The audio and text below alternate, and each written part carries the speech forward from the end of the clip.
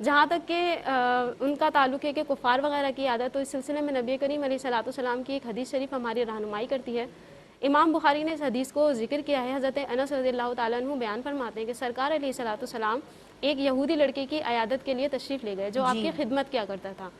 پھر سرکار علیہ الصلوۃ والسلام نے جا کر اس کو اسلام کی دعوت پیش کی تو اس نے اسلام کو قبول کر لیا۔ اور ہم اگر اپنے اکابرین کو بھی دیکھیں تو ہمارے اکابرین نے بھی کافر کی اس بنیاد پر اس کو چھوڑا نہیں ہے اکیلا عیادت کے لیے کہ وہ جو بھی کچھ ہوتا رہے کیونکہ وہ کافر ہے، لیکن انسانیت کی بنیاد پر ہمیں ہمارے اکابرین بھی یہ نظر آتا ہے کہ انہوں نے عیادت کی ہے، لہٰذا ہمیں بھی حدود شرع کو ملحوظ رکھتے ہوئے اگر ہم اسلام کا اچھا تاثر پیش کرنا چاہتے ہیں تو ہمیں کافر کی عیادت کرنے کی بھی اجازت موجود ہے۔ ٹھیک ہے، ایک کالر ہمارے ساتھ ہیں جی، السلام علیکم۔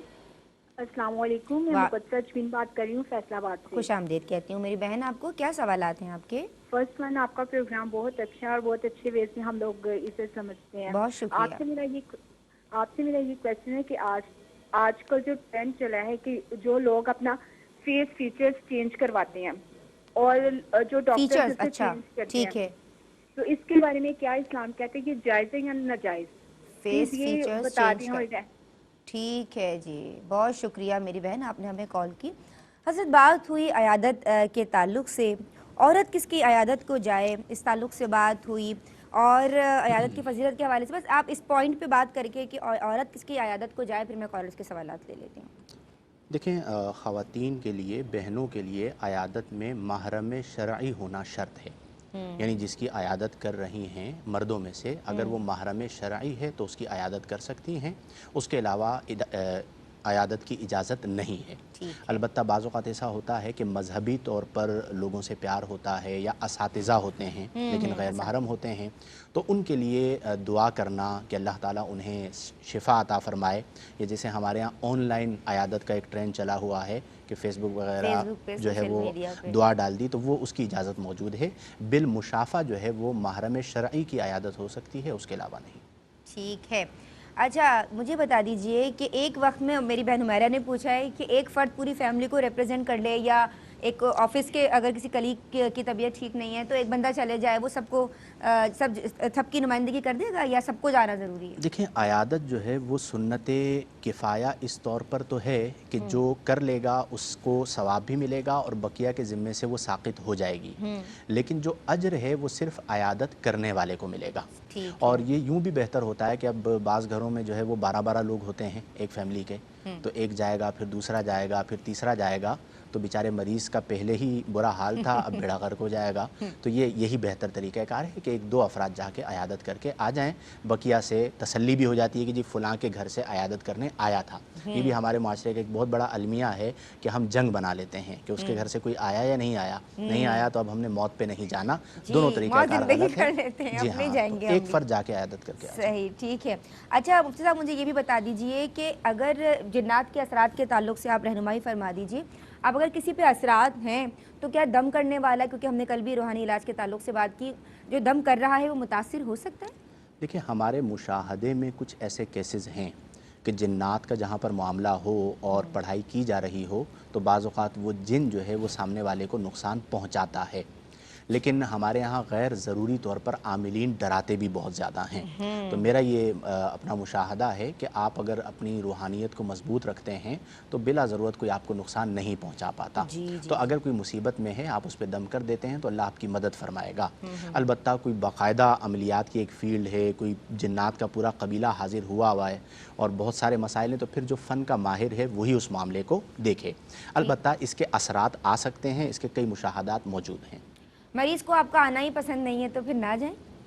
جی ہاں، دیکھیں عیادت کا مقصد اصلی ہے دل جوئی کرنا، اور بعض اوقات دشمنیاں نسل در نسل چلی آ رہی ہوتی ہیں، اور آپ کا جانا جو ہے ان کے لیے مزید پریشانی کا سبب بن جاتا ہے اور وہ ڈپریشن کا شکار ہو جاتے ہیں۔ تو اب ایسے لوگوں کے لیے ان کی غیر موجودگی میں دعا کر لیں، آپ اپنے دل کو صاف کریں۔ میں اکثر یہ بات کہتا ہوں کہ دوسرے کے خیالات پر میرا اختیار نہیں ہے، میں اسے نہیں بدل سکتا، اپنی ذات پر ہے، تو بس اس کے لیے دعا کر لیں، یہی بہتر ہے۔ سسر اور دیور کے سامنے جانا شرعی طور پہ کیسا ہے؟ جی ہاں، دیکھیں سسر تو شرعی طور پہ محرم ہے، اس میں تو کوئی مذائقہ ہی نہیں ہے، بالکل سامنے جا سکتی ہیں، اور اور دیور جو ہے وہ شرعاً محرم نہیں ہے۔ جی البتہ جو جوائنٹ فیملیز ہوتی ہیں وہاں پر پردہ چہرے کا بہت مشکل ہوتا ہے، چونکہ گھر پہ کام کاج کر رہے ہوتے ہیں، تو وہاں پر اگر چہرہ کھلا ہوا ہے، سامنے سے گزرنا ہو گیا یا پوری فیملی بیٹھی ہوئی ہے، کوئی آ کے بہن بیٹھ گئی ہیں، تو اس پہ گناہگار نہیں ہوں گی۔ البتہ خلوت سے منع کیا جائے گا، اور جس حد تک اپنے آپ کو کنارہ کشی میں رکھ سکتے ہیں بہت زیادہ بے تکلفی سے بھی بچا جائے، بالکل بچا مفتی جائے۔ صاحب فیس فیچرز آج کل خواتین نا کاسمیٹک سرجری کے ذریعے چینج کروا رہی ہیں، اس کی کیا شرعی حیثیت ہے؟ جی ہاں، دیکھیں اگر تو انفیکٹ حسن میں اضافہ ہے اور وہ چہرے کی خد و خال کو یوں نہیں بدلتا کہ جسے ہم مسلح کرنا کہتے ہیں، چہرے کو بگاڑنا کہتے ہیں، تو اس کی رخصت نکل سکتی ہے۔ اور اگر وہ چہرے کے بگاڑنے کے زمرے میں آ جائے، جسے مسلح کرنا کہا جاتا ہے، تو پھر اس سے اجتناب برتنا ہوگا۔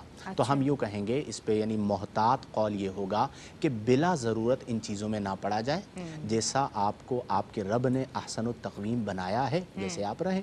البتہ کسی کے رشتے میں پرابلم ہے، کوئی ایسا معاملہ آ گیا ہے، تو وہاں پر پھر ضرورتاً بقدر ضرورت رخصت نکل سکتی ہے۔ ٹھیک ہے، بہت شکریہ مفتی صاحب آپ کا۔ عالمہ ڈاکٹر فرزانہ میں آپ کی بہت ممنون ہوں، اور عالمہ صوبیہ شاکر میں آپ کی بہت مشکور ہوں۔ ناظرین، آپ لوگوں کا بہت شکریہ، آپ لوگ ہمیں کالز کی، پروگرام پسند کرتے ہیں، پروگرام دیکھتے رہیے، اور ہماری پوری ٹیم کے لیے اپنی پرخلوص دعائیں اسی طرح دیتے رہیے۔ ہم سب کو آپ کی دعاؤں کی بہت ضرورت ہے۔ اللہ تبارک و تعالیٰ آپ کے ہمارے اعمال کو، ان پروگرامز کو جو ہم کوشش کر رہے ہیں کہ دین کی خدمت کے لیے کیے جائیں، اپنی بارگاہ مقدسہ میں قبول و منظور فرمائے، ہماری غلطیوں کو، کوتاہیوں کو درگزر فرمائے، اور ہم سب سے ایسے راضی ہو جائے کہ زندگی سے لے کر موت، موت سے لے کر قبر، اور قبر سے لے کر حشر تک کی تمام منازل آسان، کامیاب اور مختصر ہو جائیں۔ فی امان اللہ۔ السلام علیکم ورحمۃ اللہ۔